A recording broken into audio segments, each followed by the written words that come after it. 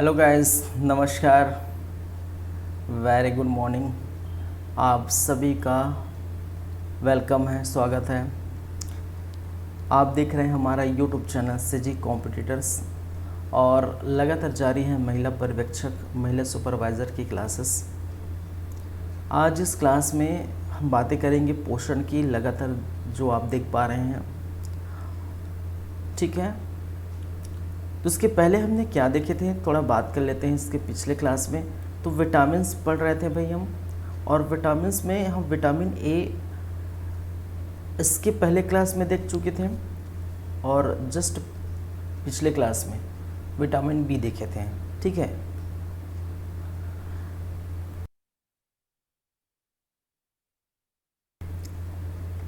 तो देख पाएंगे विटामिन बी के बारे में मैंने क्या कहा था,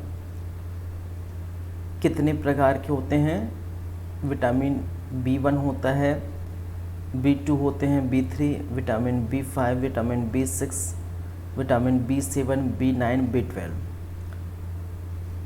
विटामिन बी1 के बारे में याद रखेंगे, जैसे कि मैंने कहा था कि रासायनिक नाम क्या है भाई इसका, थायमिन है।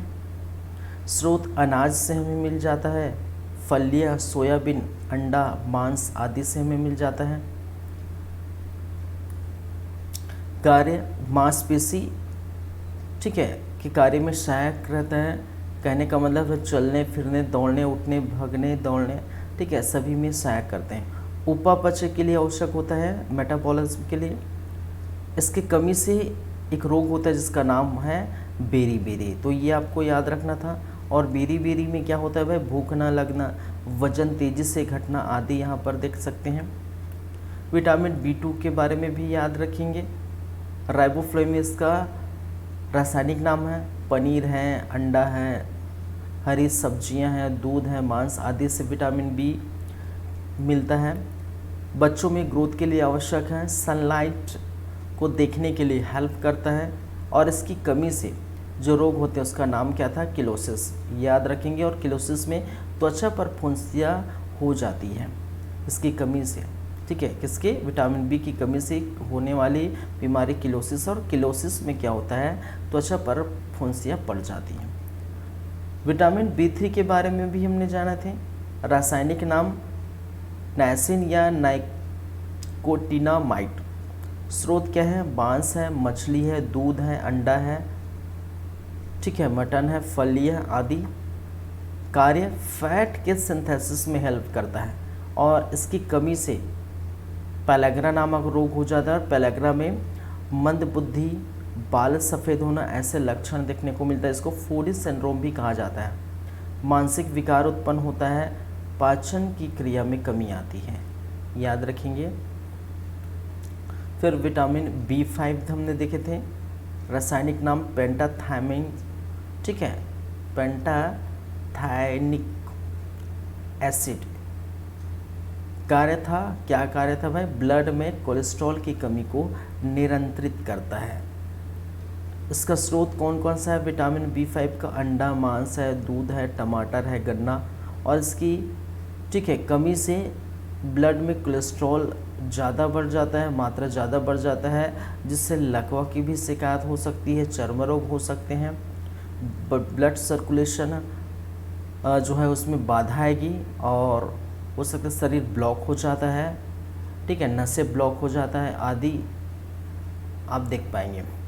रासायनिक नाम विटामिन बी6 का पायरोडॉक्सिन, याद रखेंगे। स्रोत क्या है भाई, दूध है, अनाज है, मांस है, फल है, सब्जियां हैं। आरबीसी के निर्माण में हेल्प करता है। और यदि इसकी कमी हो जाती है तो एक बीमारी हो जाती है जिसको हम कहते हैं एनीमिया, या जिसे अरक्तता भी कहते हैं, या जिसे रक्त क्षीणता भी कहते हैं। और इसका मतलब है खून की कमी हो जाना। विटामिन बी7 देखें, रासायनिक नाम बायोटिन। मांस, गेहूं, अंडा, मूंगफली, सब्जी, फल, चॉकलेट आदि में विटामिन बी7 मिलता है। इसका कार्य है कार्बोहाइड्रेट के पाचन में हेल्प करना। कमी से रोग या बीमारी, ठीक है, डर्मिस, बालों का झड़ना, एक प्रकार का चर्म रोग है, ये बीमारी हो जाता है भाई, डर्मिस। विटामिन B9 देखे थे और इसका रासायनिक नाम क्या था, फॉलिक एसिड। हरी पत्तियाँ, सोयाबीन, फलियाँ आदि खाएंगे तो विटामिन B9 मिलेगा।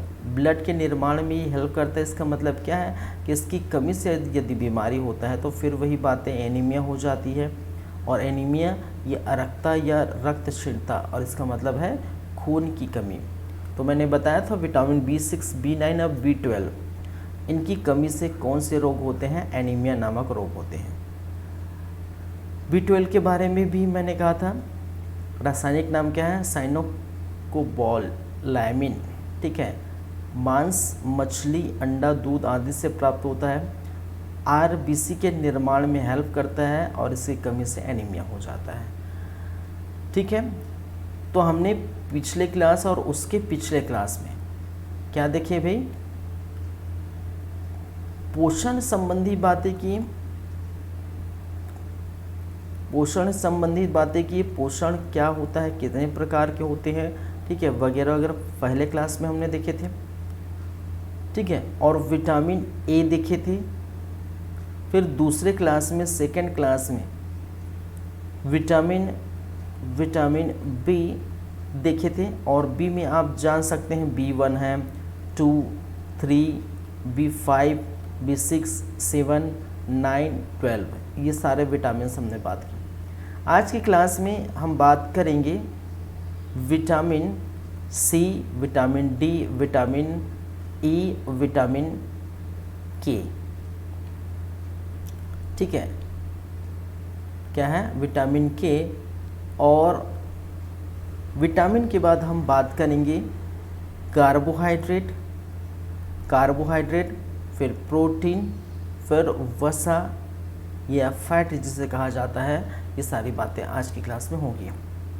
ठीक है, चलिए तो आज की क्लास स्टार्ट करते हैं, चलते हैं और देखते हैं विटामिन सी की बातें करते हैं।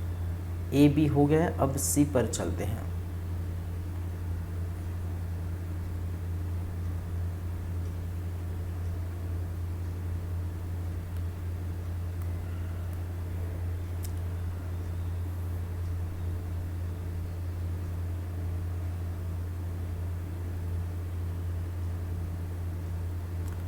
विटामिन सी,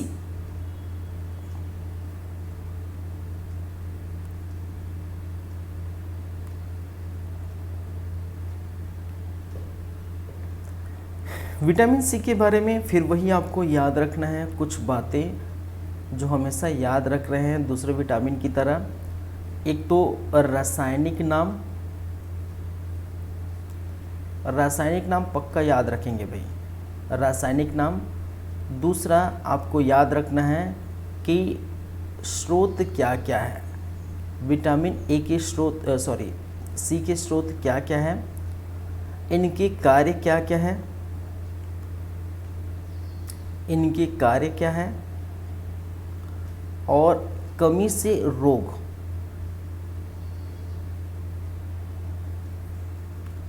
कमी से रोग कौन सा रोग होता है ये आप देखने में। ठीक है, तो याद रखिए इसका रासायनिक नाम एस्कॉर्बिक एसिड है। क्या है भाई, एस्कॉर्बिक एसिड, नाम याद हो जाएगा।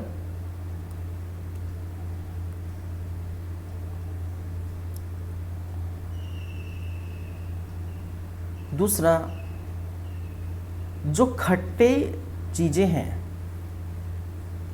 उसमें विटामिन सी मिलती है, जैसे आंवला हो गया, नींबू हो गया, टमाटर हो गया, खट्टे फल है, जितने भी लगभग क्या है खट्टे फल आदि में क्या मिलता है आपको, विटामिन सी मिलती है। ठीक है, तो आंवला है, नींबू है, टमाटर है, खट्टे फल है, इससे विटामिन सी मिलती है, याद रखेंगे। और जैसे कि मैंने बताया यूरिन में भी आपका विटामिन सी रहता है। ठीक है, यूरिन में क्या पाया जाता है, यूरिन में भी विटामिन सी पाया जाता है। विटामिन बी के बारे में बताया था, देखिए विटामिन बी और विटामिन सी जल में घुलनशील विटामिन है, और यूरिन में विटामिन सी मिलता है, और पसीने में विटामिन बी मिलता है, और दोनों हमारे शरीर के द्वारा, ठीक है, ये क्या हो जाते हैं, बाहर निकल जाते हैं। अगर इसकी कमी हो जाए, ठीक है, ये क्या करता है, घाव भरने का कार्य करता है। क्या करता है, याद रखिए, घाव भरने का कार्य करता है।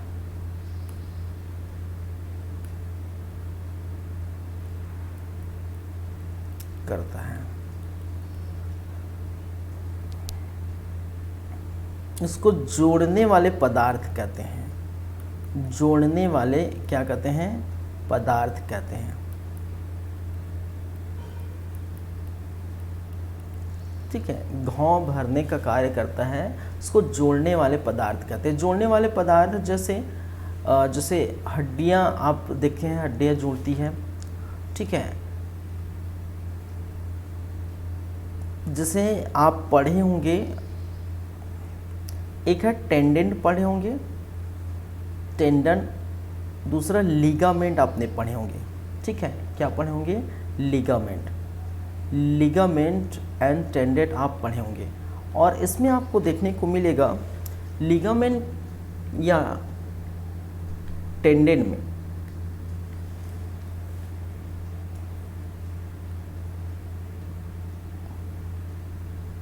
जिससे अगर मैं लिगामेंट की बात करूं तो ये क्या करता है, बोन से बोन को जोड़ता है, बोन से बोन को जोड़ता है। ये पढ़े होंगे, ठीक है।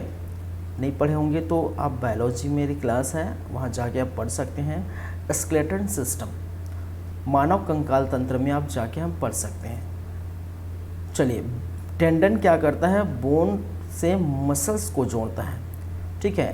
कहने का मतलब हड्डी को मांसपेशी से जोड़ता है, और ये हड्डी को हड्डी से जोड़ता है।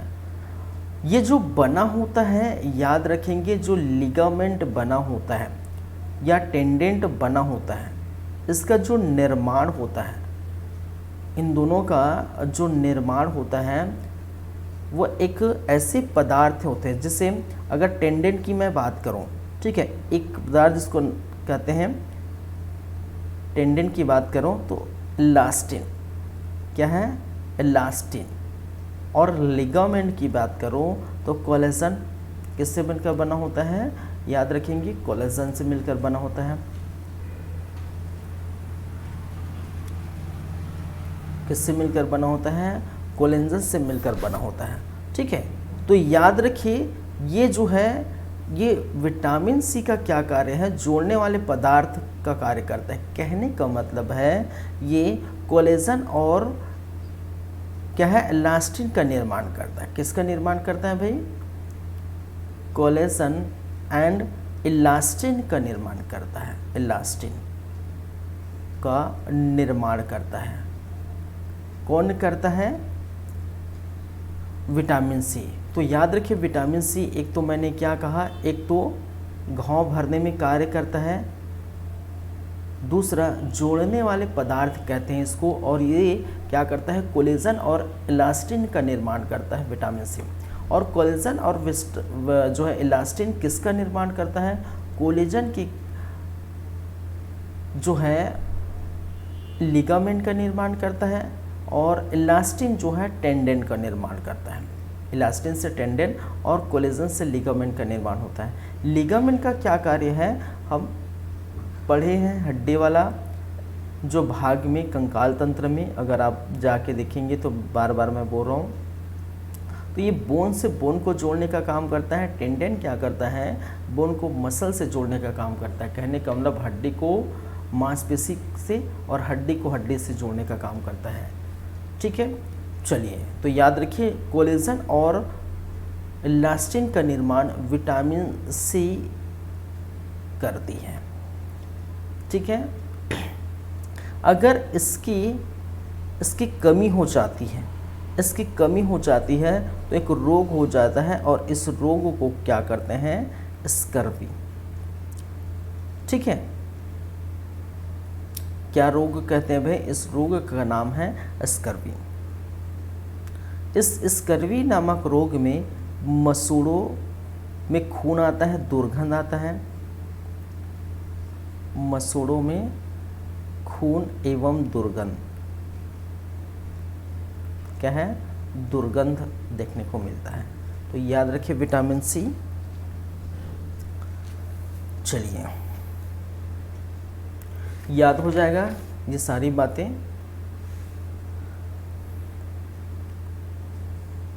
Next, vitamin D. क्या भाई? Vitamin D. और विटामिन डी याद रखेंगे इनके बारे में। पहली बात, रासायनिक नाम। रासायनिक नाम क्या है भाई?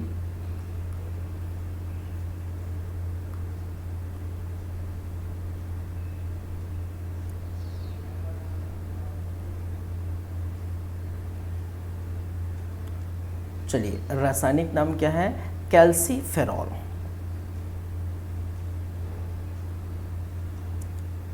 कैल्सीफेरॉल क्या है? इसका रासायनिक नाम है। पहली बात याद रखना है। दूसरी बात आपको याद रखना है, ठीक है, ये जो विटामिन डी है, सबसे अच्छा स्रोत इसका कौन सा है भाई? आप जानते हैं सबसे अच्छा स्रोत क्या है? सूर्य का प्रकाश से हमें मिलता है। विटामिन डी किससे मिलता है? सूर्य का प्रकाश। सबसे अच्छा स्रोत कौन सा है भाई? सूर्य का प्रकाश है, याद रखना है, ठीक है। साथ ही साथ मछली का तेल भी इनसे मिल जाता है। मछली का तेल,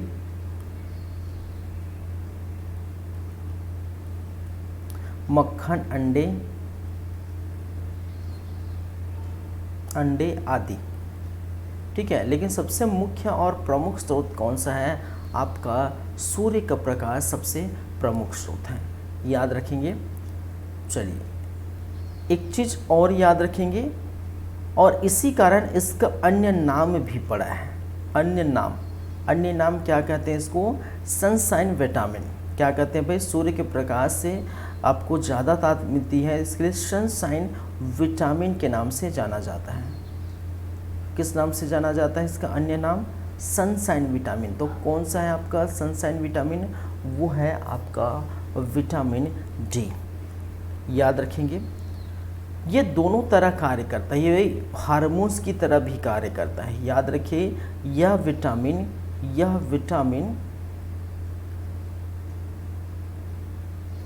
हार्मोन्स की तरह भी कार्य करता है, ठीक है। तो आपसे क्वेश्चन पूछ दिया जाएगा कि निम्नलिखित में से कौन सा विटामिन हार्मोन्स की तरह भी कार्य करता है? कह सकते हैं वो कौन है भाई? विटामिन डी, जो हार्मोन्स की तरह भी कार्य करता है, याद रखेंगे, ठीक है। चलिए, इनके बाद यदि हम बात करें, इनका कार्य क्या है? क्या कार्य करता है विटामिन डी का? कार्य क्या है? तो कार्य है, ठीक है, ये क्या करता है? कैल्शियम एंड फास्फोरस के अवशोषण में हेल्प करता है। समझिएगा, अवशोषण में क्या करता है? हेल्प करता है या सहायता करता है, ठीक है। कैल्शियम और फास्फोरस के सिंथेसिस में, संश्लेषण में, अवशोषण में क्या करता है? हेल्प करता है। और कैल्शियम और फास्फोरस का क्या कार्य है भाई? ये क्या करते हैं? कैल्शियम और फास्फोरस क्या करते हैं? बोन को मजबूत प्रदान करते हैं, ठीक है। हड्डी एवं दांत को, जो हमारा टीथ है, ठीक है, दांत को क्या करते हैं? मजबूती प्रदान करते हैं, भाई, प्रदान करते हैं, ठीक है, मैंने क्या कहा कि जो हड्डी है और दांत है, चाहे देखने घुटने की हड्डी हो या फिर बोन, जो भी बोन हो, ठीक है, आपके शरीर का जो भी बोन है, उसमें जो कैल्शियम और फास्फोरस है उसका निर्माण विटामिन डी करता है। और कैल्शियम और फास्फोरस का क्या कार्य है, ये हड्डी को मजबूती प्रदान करता है। चलिए, अगर इसकी कमी हो जाती है तो जाहिर सी बात है जो रोग होंगे वो हड्डी से रिलेटेड रोग होंगे, दांत से रिलेटेड रोग होंगे, जाहिर सी बात है, क्योंकि भाई जो चीज़ जिसके लिए बना रहा है और उसी की कमी हो जाए तो वो रोग होगा। तो हड्डी की मजबूती के लिए कार्य करता है, अगर इसकी ही कमी हो जाती है तो जाहिर सी बात है हड्डियों में, ठीक है, हड्डियों से संबंधित ये रोग होता है। तो जनरली आप देख सकते हैं, जैसे कि मैंने क्या कहा कि विटामिन डी की कमी से जो रोग होंगे वो हड्डी से संबंधित होंगे, विटामिन ए की कमी से जो रोग होंगे वो लगभग किससे संबंधित होंगे, वो आँख से संबंधित होंगे, ठीक है। चलिए, तो इनसे कमी से रोग, अगर मैं लिखूं विटामिन डी की कमी से रोग या बीमारी, कुछ बीमारी का नाम मैं लिखूंगा। जैसे एक बीमारी जिसे हम कहते हैं रिकेट्स, एक बीमारी जिसे हम कहते हैं रिकेट्स। और इस बीमारी में क्या होता है भाई, इस बीमारी में हड्डियाँ कमज़ोर हो जाती हैं। क्या हो जाती हैं, हड्डियाँ कमज़ोर हो जाती हैं, ठीक है। इस बीमारी में हड्डियाँ क्या हो जाती है भाई, कमज़ोर हो जाती हैं। और ये जो बीमारी है वो खासकर बच्चों में होता है, खासकर किसमें भाई, बच्चों में, याद रखेंगे, खासकर बच्चों में ये बीमारी होती है रिकेट्स। और इस बीमारी में मैंने क्या कहा, हड्डियाँ कमज़ोर हो जाती हैं। एक और बीमारी है जिसे हम कहते हैं ऑस्टियोमैलेसिया, नाम याद रखिए, ऑस्टियोमैलेसिया, एम है ये, ऑस्टियोमैलेसिया। ये जो ऑस्टियोमैलेसिया है, ये याद रखेंगे, ये जो बीमारी है ये, इसमें भी हड्डियाँ कमज़ोर हो जाती हैं, हड्डियाँ या हड्डियों में कमज़ोरी, हड्डियों में क्या है, कमज़ोरी आ जाता है। लेकिन ये जो बीमारी होती हैं ये जवानों में होती हैं, ठीक है, जवानों में बीमारी होती है, जवानों में ये जो बीमारी होती है ऑस्टियोमैलेसिया, ये क्या होते हैं, जवानों में बीमारी होती है। चलिए, एक और होता है जिसे हम कहते हैं ऑस्टियोपोरोसिस, याद रखेंगे, ऑस्टियोपोरोसिस। और ऑस्टियोपोरोसिस नामक बीमारी, ठीक है, इसमें भी हड्डियाँ कमज़ोर हो जाती हैं, इसमें भी क्या होती है भाई, हड्डियाँ कमज़ोर हो जाती हैं। याद रखिए, इस बीमारी को साइलेंट किलर रोग कहते हैं, ठीक है। इस बीमारी को हम क्या कहते हैं, साइलेंट किलर रोग कहते हैं। क्या कहते हैं भाई, साइलेंट किलर रोग कहते हैं। क्यों, क्योंकि ये जो रोग है वो धीरे धीरे जो है आपको देखने को मिलेगा, और साथ ही साथ ये रोग जो है पता नहीं चलता, ठीक है। रोग जो है क्या है, रोग का पता नहीं चलता, ठीक है। हम बार बार टेस्ट कराएं, बार बार जो है हॉस्पिटल जाए, ये रोग का पता नहीं चलता और अंदर ही अंदर हमें ऑस्टियोपोरोसिस हो जाता है, ठीक है, बीमारी का पता नहीं चलता। इसके लिए एक टेस्ट होती है, ऑस्टियोपोरोसिस के लिए एक टेस्ट कराया जाता है और उस टेस्ट का नाम है BMD टेस्ट, ठीक है, बोन मिनरल डेंसिटी, इसको कहते हैं बोन मिनरल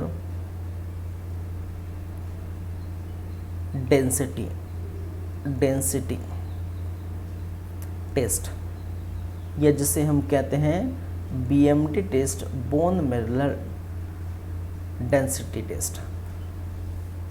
ठीक है, अगर आपके शरीर में या हड्डी में ऑस्टियोपोरोसिस है तो ये पता चल जाएगा, इसको हम साइलेंट किलर के नाम से क्या करते हैं, जानते हैं। ठीक है, ये जो हम मेल में भी और फीमेल में भी आपको देखने को मिलता है। ठीक है, मेल में भी हो जाएगा, आपके फीमेल में भी आपको देखने को मिलता है। मेल में एक हार्मोन्स है जिसे हम कहते हैं टेस्टोस्टेरोन, इसकी कमी से होता है। ठीक है, एक हार्मोन्स है जिसे हम कहते हैं क्या, टेस्टोस्टेरोन हार्मोन्स। और दूसरा एस्ट्रोजन, फीमेल में जो एस्ट्रोजन है, एस्ट्रोजन हार्मोन्स।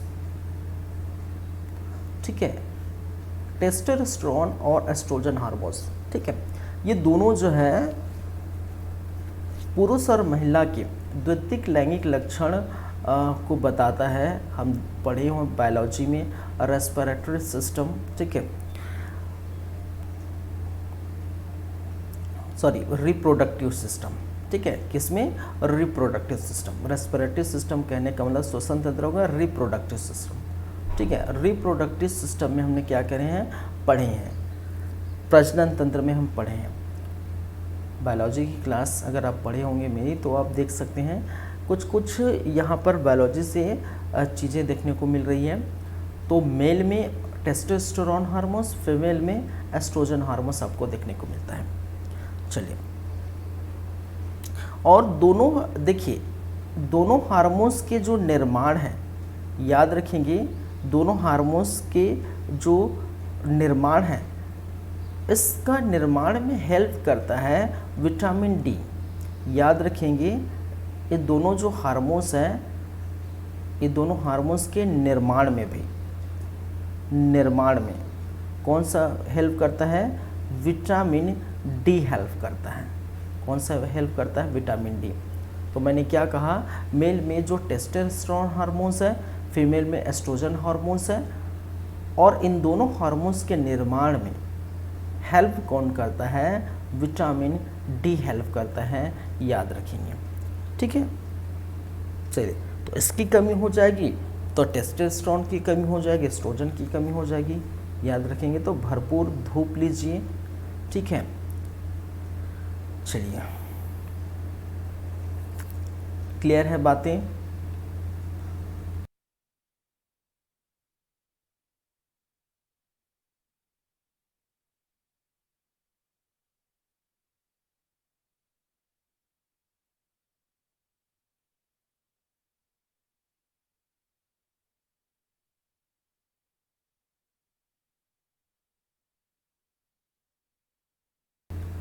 चलिए, विटामिन डी हो गया है। विटामिन डी के बाद हम बात करेंगे विटामिन ई। ठीक है,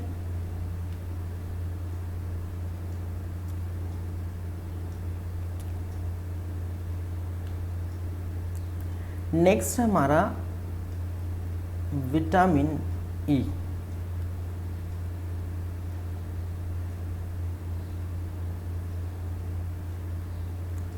चलिए, विटामिन ई की बात करें तो याद रखेंगे, एक तो रासायनिक नाम,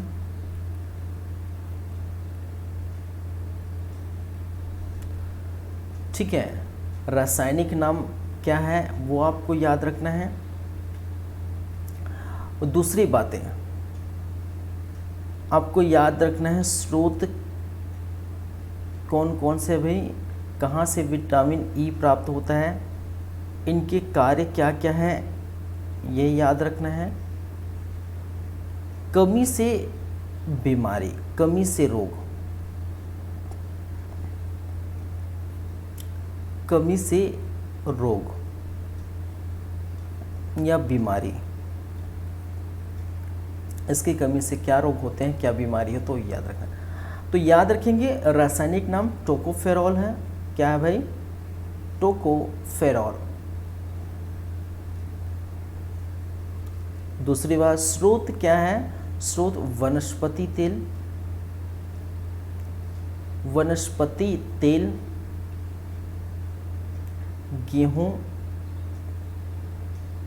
चावल,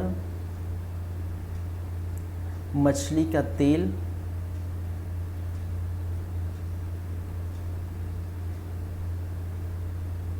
मूंगफली आदि क्या है? ये इनके स्रोत हैं। कार्य क्या है? याद रखेंगे इसका कार्य है स्किन के चमक, स्किन के चमक के लिए उत्तरदायी है। किसके लिए भाई? स्किन के चमक के लिए क्या है? उत्तरदायी है।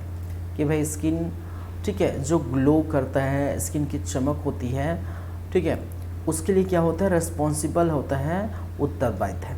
ठीक है, इसको हम इसलिए इसको ब्यूटी विटामिन कहते हैं। क्या कहते हैं भाई? इसको ब्यूटी विटामिन के नाम से हम क्या करते हैं? जानते हैं। ब्यूटी विटामिन के नाम से भी जानते हैं, के नाम से भी जाना जाता है। याद रखें, जाना जाता है। ठीक है, ये किस विटामिन के नाम से जाना जाता है? ब्यूटी विटामिन के नाम से जाना जाता है, क्योंकि इसमें स्किन के चमक के लिए उत्तरदायी होते हैं। चलिए याद रखिए, ये नपुंसक की कमी को दूर करता है। नपुंसकता की कमी को दूर करता है। ठीक है, तो जाहिर सी बात है कमी से जो रोग होंगी, ठीक है, कमी से क्या होंगे? रोग होंगे। तो वो क्या होंगे? नपुंसकता, नपुंसकता नामक रोग होंगे। याद रखेंगे, पुरुष में, महिला में जो रोग होंगी उसको हम कहते हैं बांझपन। क्या होंगे? बांझपन। ठीक है, तो महिला में जो रोग होते हैं उसको बांझपन, पुरुष में जो रोग होते हैं उसको नपुंसकता कहते हैं। किसकी कमी से? किसकी कमी से भाई? विटामिन ई की कमी से। क्योंकि विटामिन ए क्या करता है? नपुंसक की कमी को दूर करता है। इसको ब्यूटी विटामिन कहते हैं। स्किन की चमक के लिए उत्तरदायी होती हैं, हेल्प करती हैं। तो ये याद रखिए। ठीक है, तो ये 4 चीज़ें हर विटामिन में आपको याद रखना है। ये जो 4 बातें हैं, ठीक है, लगातार हम जो देख पा रहे हैं विटामिन ए से, विटामिन ए से पूरी 4 बातें, आपका रासायनिक नाम, स्रोत, कार्य, कमी से रोग आदि, ठीक है, ये 4 बातें हमेशा आप याद रखेंगे। चलिए नेक्स्ट विटामिन में और बोल सकते हैं लास्ट विटामिन है। ठीक है, नेक्स्ट विटामिन और बोल सकते हैं लास्ट विटामिन।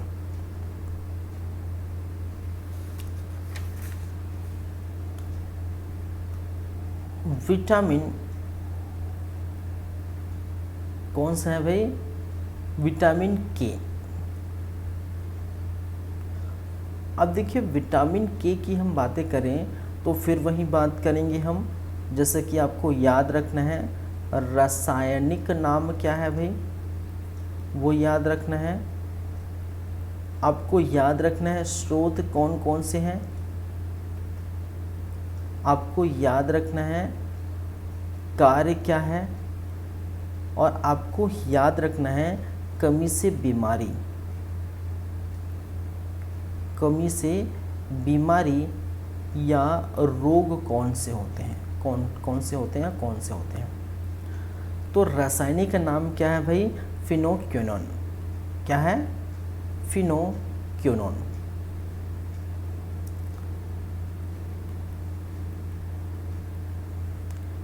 स्रोत क्या क्या है? ठीक है, तो पत्ता गोभी, ठीक, कॉफ़ी, बीन्स, मटन, अंडा, टमाटर, ये सारे क्या है, इनके स्रोत हैं जिनसे आप विटामिन के मिलता है। इनके कार्य की बात करें तो कार्य बहुत बड़ा कार्य है भाई साहब का, विटामिन के का बहुत बड़ा कार्य है। ब्लड क्लॉटिंग में कार्य आता है। किस में आता है? ब्लड क्लॉटिंग में क्या करता है? कार्य करता है। ब्लड क्लॉटिंग कहने का मतलब है रक्त का थक्का जमना। ठीक है, रक्त का क्या है? थक्का जमना। तो आप पढ़े होंगे आई थिंक, अगर नहीं पढ़े होंगे तो पढ़ सकते हैं। देखिए, ब्लड क्लॉटिंग या रक्त का थक्का जमना कहने का मतलब है जैसे हमारा हाथ कट जाता है या कहीं का, ठीक है, जहाँ, ठीक है, कहीं भी हमारे शरीर का कोई भाग यदि कट जाता है तो कुछ मिनट बाद, 2 से 3 मिनट बाद, ठीक है, मैक्सिमम 5 मिनट भी बहुत ज़्यादा हो गया, ठीक है, मैक्सिमम 3 से 4 मिनट के अंतराल में क्या हो जाता है? हमारा जो है खून बहना बंद हो जाता है। कहने का मतलब ब्लड क्लॉटिंग, रक्त का थक्का जम जाता है। ठीक है, उसमें बहुत सारे कार्य करते हैं। ठीक है, थ्रोम्बोस जो प्लास्टिक थ्रोम्बोसाइट्स, ठीक है, वगैरह वगैरह हम देख, प्रोथ्रोम्बिन, ठीक है, थ्रोम्बिन, बहुत सारी चीज़ें हैं जो वायु के संपर्क में आकर ये सभी कार्य करना स्टार्ट कर देते हैं। ठीक है, वो बहुत अच्छे से मैंने डिटेल में पढ़ाया बायोलॉजी की क्लास में, यहाँ उसकी ज़रूरत नहीं है, बस आपको याद रखना है ब्लड क्लॉटिंग में कार्य करता है। ठीक है, उसमें बहुत सारी चीज़ें आपको पढ़नी हैं, थ्रोम्बिन, प्रोथ्रोम्बिन वगैरह वगैरह आपको पढ़नी है। ठीक है, एक सीक्वेंस होता है कि कौन सा किस प्रकार कार्य करता है, किस प्रकार से वो कार्य होता है। तो ब्लड क्लॉटिंग में कार्य करता है, कहने को ना रक्त के थक्का में कार्य करे। अब देखिए, ये कार्य करता है विटामिन के, लेकिन अगर विटामिन के की ही कमी हो जाएगी तो जाहिर सी बात है रक्त का थक्का नहीं जमेगा। भाई, जो कार्य जिसके लिए बना है वही कार्य करेगा, वो नहीं होगा तो जाहिर सी बात है वो रोग हो जाएगा। ठीक है, तो यह ब्लड का थक्का जमने में कार्य करता है विटामिन के। अगर विटामिन के की ही कमी हो जाएगी तो हमारे शरीर में, ठीक है, क्या होगा? ब्लड का जो है खून का थक्का नहीं जमेगा, और खून का थक्का नहीं जमेगा, और इस बीमारी को हम कहते हैं, क्या कहते हैं भाई? हीमोफीलिया। किस नाम से जाना जाता है? हीमोफीलिया। तो कौन सी बीमारी होती है इसकी कमी से? तो याद रखेंगे, मैं यहाँ लिख देता हूँ, इससे जो बीमारी होती है उसका नाम है हीमोफीलिया, या जिसे हम कहते हैं क्या है? हीमोफीलिया। हिंदी में लिख लो, इंग्लिश में लिखो, नाम तो नाम ही होता है। चलिए, हीमोफीलिया नामक, और इसके बारे में मैंने कहा, इस नामक बीमारी में पहली बात आपको याद रखना है, इस बीमारी में क्या होता है? इस बीमारी में रक्त का थक्का नहीं जमता। ठीक है, पहली बात ये कि क्या नहीं होता भाई? रक्त का थक्का नहीं जमता, नहीं जमता। अगर कोई व्यक्ति को ये जो बीमारी हो जाए हीमोफीलिया, तो रक्त का थक्का नहीं जमेगा। ठीक है, यह अनुवांशिक बीमारी है। नंबर 2 आपको याद रखना है, यह एक प्रकार की अनुवांशिकी बीमारी है। ठीक है, चलिए, अनुवांशिक बीमारी या अनुवांशिक रोग किससे क्या समझते हैं? पहले लिख देता हूँ। ठीक है, मैंने क्या कहा? यह एक अनुवांशिक बीमारी है, अनुवांशिक बीमारी है। ठीक है, तो अनुवांशिक बीमारी से क्या समझते हैं? इसका मतलब है कि ऐसी बीमारी जो आपके बुजुर्गों द्वारा दी गई है। ठीक है, आपके क्या है? बुजुर्गों द्वारा दी गई है। आपके पिताश्री को हुआ होगा, या आपके दादा को हुआ होगा, कहीं न कहीं फैमिली में किसी को हुआ होगा, तो उनके द्वारा जो दिया गया प्रदत्त बीमारी है उसको हम कहते हैं अनुवांशिक बीमारी। ठीक है, चलिए, ये एक प्रकार का अनुवांशिक बीमारी है। और तीसरे नंबर पर यदि हम बात करें तो एक और पॉइंट आप लिख सकते हैं, इसको हम अमीरों की बीमारी कहते हैं। इसको हम क्या कहते हैं? यह अमीरों की बीमारी है, अमीरों की बीमारी कहा जाता है, बीमारी कहा जाता है। कहने का मतलब है इसे इसे इसे अमीरों की बीमारी कहा जाता है।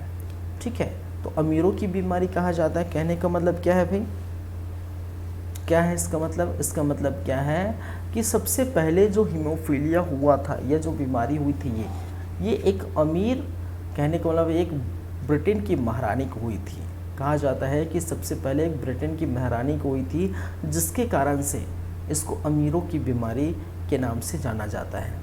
ठीक है, तो हीमोफीलिया के बारे में आपको याद रखना है। हीमोफीलिया किसके कारण होती है, किसकी कमी से? विटामिन ए की कमी से। विटामिन ए का कार्य क्या है कि रक्त का थक्का जमना। अगर इसकी कमी हो जाएगी तो रक्त का थक्का नहीं जमेगा। ठीक है, तो इसमें क्या होता है, रक्त का थक्का नहीं जमता जो है हीमोफीलिया में। ये अनुवांशिक बीमारी है, कहने का मतलब दादा परदादा, ठीक है, आपके जो है पिताश्री, किसी न किसी को हुआ होगा और ये बीमारी आपको हो गया। इसे हम अमीरों की बीमारी कहते हैं। और अमीरों की बीमारी इसलिए कहते हैं क्योंकि एक महारानी, एक लेडी, एक जो है ब्रिटिश महारानी, ठीक है, को ये हुआ था। ठीक है, जिसके कारण से इसको हम कहते हैं अमीरों की बीमारी। एक चीज़ और याद रख सकते हैं, वर्ल्ड हीमोफीलिया डे। ठीक है, एक चीज़ चौथे नंबर पर याद रख सकते हैं, world haemophilia day. World haemophilia day. World haemophilia day कब मनाया जाता है? 17 अप्रैल। याद रखेंगे, 17 अप्रैल, 17 अप्रैल को क्या मनाते हैं? वर्ल्ड हीमोफीलिया डे मनाते हैं। ठीक है, तो इसमें 4 बातें प्रमुख याद रखना है। एक बातें रक्त का थक्का नहीं जमते, दूसरी बातें ये अनुवांशिक बीमारी, तीसरी बातें ये अमीरों की बीमारी है, चौथी बातें ये वर्ल्ड हीमोफीलिया डे। ठीक है, विश्व हीमोफीलिया दिवस जिसको हम बोल सकते हैं। विश्व हीमोफीलिया दिवस कब मनाया जाता है? 17 अप्रैल को मनाया जाता है। तो ये विटामिन के से संबंधित बातें हैं। क्लियर है बातें? चलिए,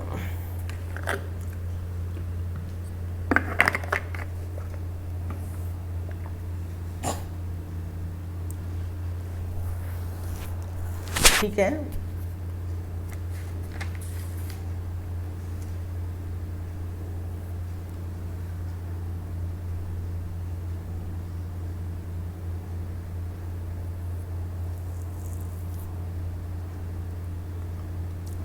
एक चीज़ एक और जो है बोल सकते हैं विटामिन आप पढ़ेंगे, पढ़ सकते हैं, विटामिन पी। और बोलेंगे सर ये नया विटामिन कहाँ से आ गया है? ठीक है, ये विटामिन के पी आप पढ़ते हैं। सिर्फ विटामिन क्या पढ़ते हैं?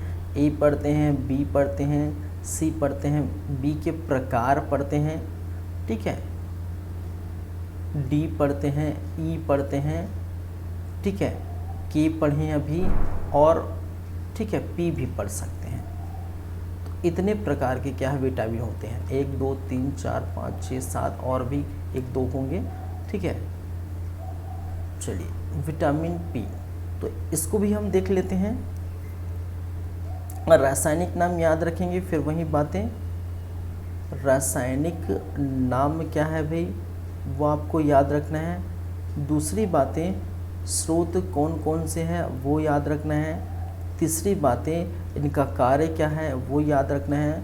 और चौथी बातें आपको याद रखना है, कमी से बीमारी, कमी से बीमारी कौन से होते हैं वो आपको याद रखना है, ठीक है।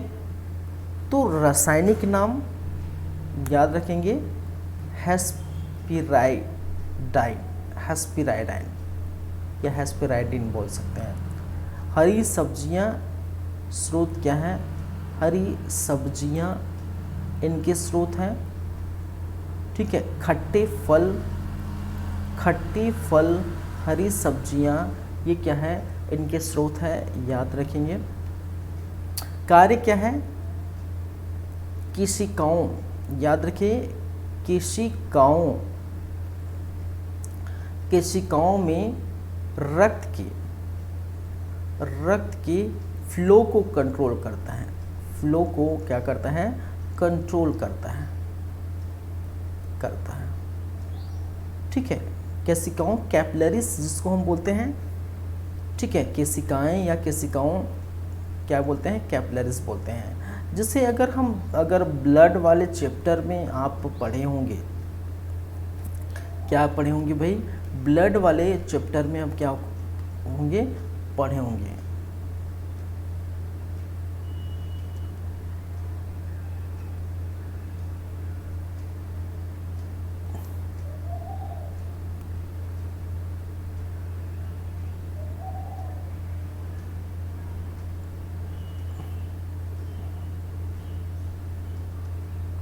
चलिए, ब्लड वाले चैप्टर में पढ़े होंगे। जो मोटा आप देख पा रहे हैं,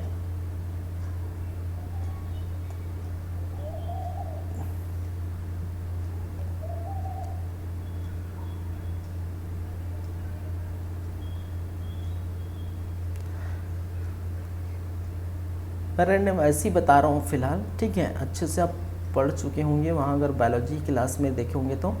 देखिए, ये जो धमनी होता है, धमनी एवं शिराएं,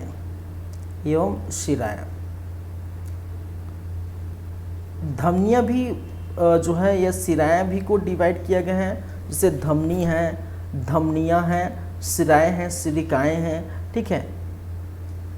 फिर इस प्रकार से छोटे छोटे जो है क्या होते हैं, बोल सकते हैं धमनी शिरा बोल सकते हैं, एक बड़ा जो है पाइप है, ठीक है, एक नस है बोल सकते हैं, जिससे ब्लड फ्लो होता है। और उससे छोटे छोटे बहुत सारे और नसें जुड़ी होती हैं, और जिनसे क्या होता है, ब्लड फ्लो होता है, ठीक है। तो धमनी है, शिरा है और सिरिकाएँ हैं। क्या है, सिरिकाएँ हैं, इसमें ब्लड होती है। और जो छोटे छोटे आप देखिए, ये धमनी, ये शिरा है, और उनके बाद इसको हम क्या करें, छोटे छोटे यहाँ पर एकदम जो है क्या होते हैं, एकदम पतले, छोटे बोलने से पहले पतले, महीन पतले, इसमें जो महीन पतले दिखने को मिलता है, महीन पतले, ठीक है। तो महीन पतले होते हैं कौन से, जो सेरिकाएँ हैं, केशिकाएँ, ठीक है।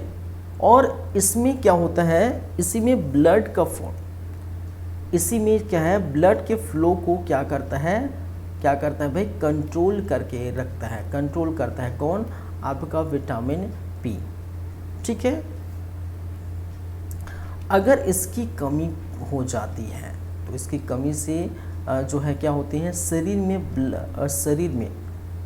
में नस फट जाता है, नस क्या हो जाता है, फट जाता है। याद रखेंगे, अगर इसकी कमी हो जाती है, विटामिन पी की कमी हो जाती है, तो शरीर में नस फट जाता है, क्योंकि ये क्या करता है, ये ब्लड के फ्लो को कंट्रोल करता है, ठीक है। फ्लो कहने का मतलब आने जाने रास्ता, ठीक है।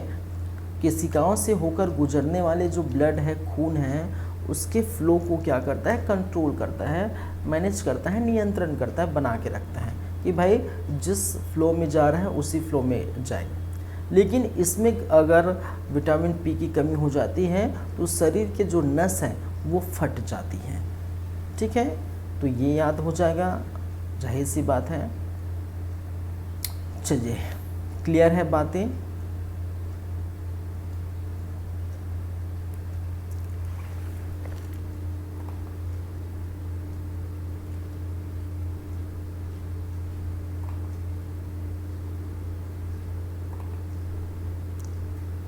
बातें क्लियर हैं तो आगे बढ़ते हैं, आगे हम देखते हैं, ठीक है। आगे देखने का मतलब है कि अभी हम क्या करेंगे, अभी विटामिन वाला ही पोर्शन अभी देखेंगे, ठीक है, क्योंकि अलग अलग से हम पढ़ेंगे तो ठीक रहेगा। नेक्स्ट क्लास में हम जो बातें करेंगे वो क्या करेंगे भाई, ये तो विटामिन वाला हमारा पूरा हो गया, पोषण संबंधी हम बातें कर रहे थे। इसमें हमें क्या देखना था, आप जानते हैं विटामिन पूरा कंप्लीट हो चुका है। हमें देखना है यहाँ पर क्या है, आपका कार्बोहाइड्रेट, आपको देखना है प्रोटीन, ठीक है, फैट, फिर आपका मिनरल्स वगैरह, मिनरल्स देखना है, ठीक है। जो है और कुछ भी जैसे आयोडीन, आयोडीन, ठीक है, ये देखना है इनकी कितनी मात्रा होती है, कितनी मात्रा आप ले सकते हैं महिला में, पुरुष में, बच्चे में, ठीक है। कार्बोहाइड्रेट कितनी मात्रा होनी चाहिए, प्रोटीन की कितनी मात्रा होनी चाहिए, फैट कितना लेना चाहिए, कितना ग्राम, कितना कैलोरी लेना चाहिए, ठीक है। और भी बहुत सारे जो तत्व हैं, लौह तत्व, जैसे लौह तत्व है तो लौह तत्व हम कितने मात्रा में लेंगे, कितना, ठीक है। गर्भावस्था के दौरान, ठीक है, या एक जो नॉर्मल महिला को या एक नॉर्मल बच्चे को या कुपोषित बच्चे को किस प्रकार से कितना आहार लेना चाहिए, ये सारी बातें हम करेंगे, ठीक है। सबसे पहले मैंने जो हालांकि विटामिन पढ़ाया है, हालांकि इसको बाद में पढ़ाना चाहिए था, लेकिन यहाँ से ज़्यादा क्वेश्चन आपसे पूछे जाते हैं। तो कार्बोहाइड्रेट, प्रोटीन क्या है, फैट क्या है, मिनरल्स क्या है, आयोडीन, लौह तत्व और बहुत सारे जो खनिज है, ठीक है, वो सारी बातें करेंगे, ठीक है। चलिए, तो ये अलग से हम क्लास लेंगे, तो विटामिन का अलग से क्लास, इसलिए मैंने क्या किया, विटामिन का अलग से 2 क्लास मैंने लिया, और नेक्स्ट क्लास में हम ये सारी बातें करेंगे, ठीक है। चलिए तो आज की क्लास हम यहीं पर रखते हैं भाई, नेक्स्ट क्लास में हम ये सारी बातें करेंगे। चलिए, thank you guys, thank you class, मिलते हैं, धन्यवाद।